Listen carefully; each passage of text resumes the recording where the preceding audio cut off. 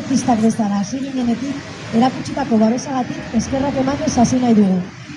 Azken hilabeteotan, kaleko artea arriskuan ikusi dugu, martxoaren 26an onartutako terrazen ordenantzak kaleko artearen araudian egiten duen moldaketagatik.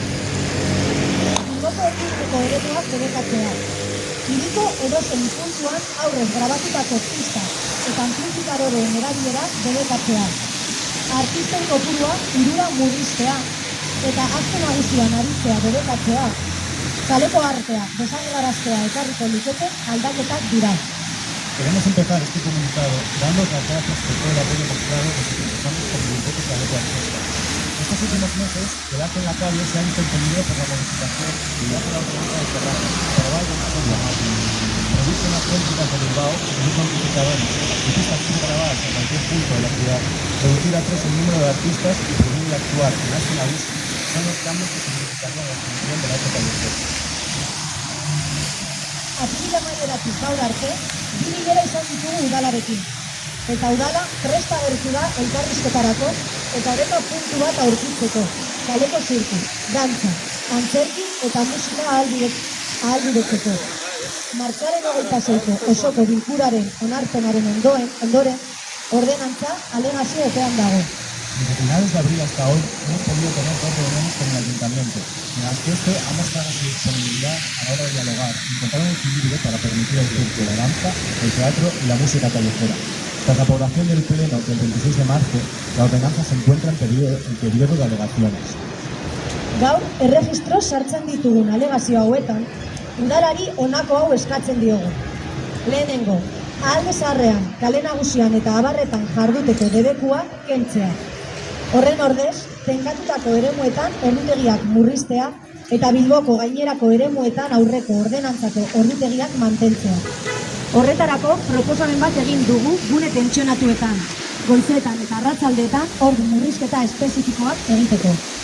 En estas alegaciones que hoy metemos por registro, solicitamos al ayuntamiento, primero, que elimine la prohibición de actuar en las zonas del casco viejo, Gran Vía, etc.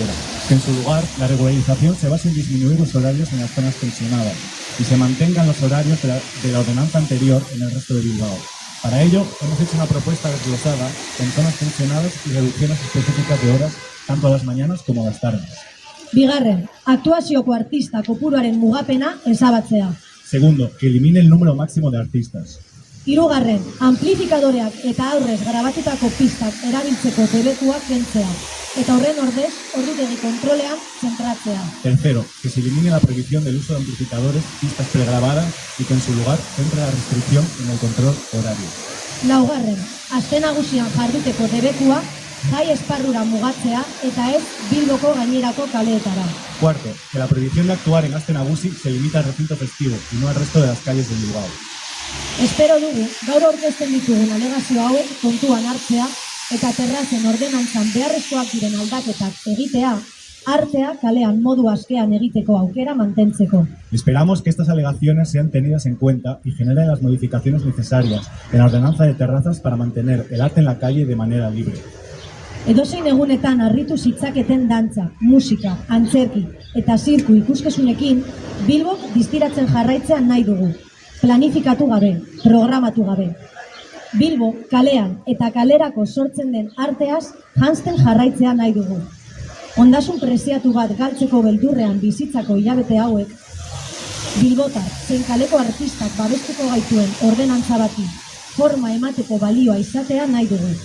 Berriro ere, eskerrak eman nahi dizkizuegu. Ibilbide hau ezingo genukelako egin hasieratik babestu gaituzuen disiplina artistiko desberdinetako milaka pertsona, talde eta eskolen babesik gabe. Bilboko kaleak denonak dira.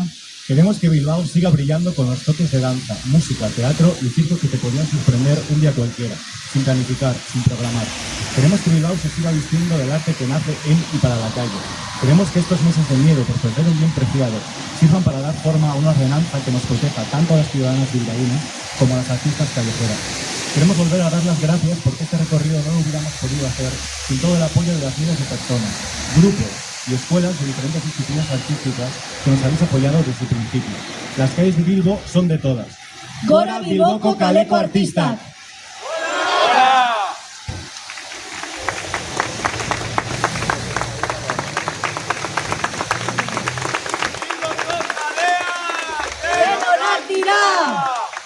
Bilboko kalea, denonak dira! Denonak dira! Denonak dira! Bilboko kalea, denonak dira!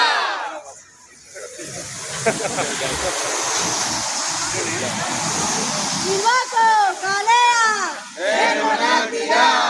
Bilboko kalea, denonak dira! Bilboko kalea, denonak dira! Bilboko kalea, denonak dira!